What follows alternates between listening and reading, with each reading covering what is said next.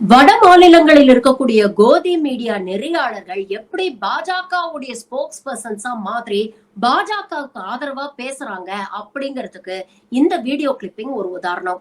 கர்நாடகால நடக்கக்கூடிய cost census பிரச்சனைகளை பத்தி நமக்கு நல்லா தெரியும். இப்போ எக்ஸிஸ்டிங் ஓபிசி மற்றும் பிசிக்கான ரிசர்வேஷனை 32% இருந்து 51% உயர்த்தணும் அப்படின்னு கர்நாடக அரசு முயற்சி பண்ணிட்டு இருக்கு.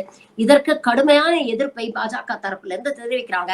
நெறியாளர் இங்க பாஜக தரப்பு ஆதரவாளரா பாஜகவுடைய ஸ்போக்ஸ் பர்சனா மாறி பல கேள்விகளை அடுக்கிறாரு.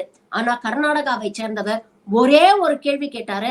அதற்கு இந்த கோதி மீடியா ஆங்கரால பதில் சொல்ல முடிய வாயடைச்சு போயிட்டாரு. எங்க கிட்ட இவ்வளவு கேள்விகள் கேட்டீங்களே, எந்த தரவுகள் அடிப்படையில் இடபிள்யூஎஸ் அப்படிங்கிற ஒரு கோட்டால 10% தூக்கி கொடுத்தீங்க, அதற்கு முதல்ல பதில் சொல்லுங்க.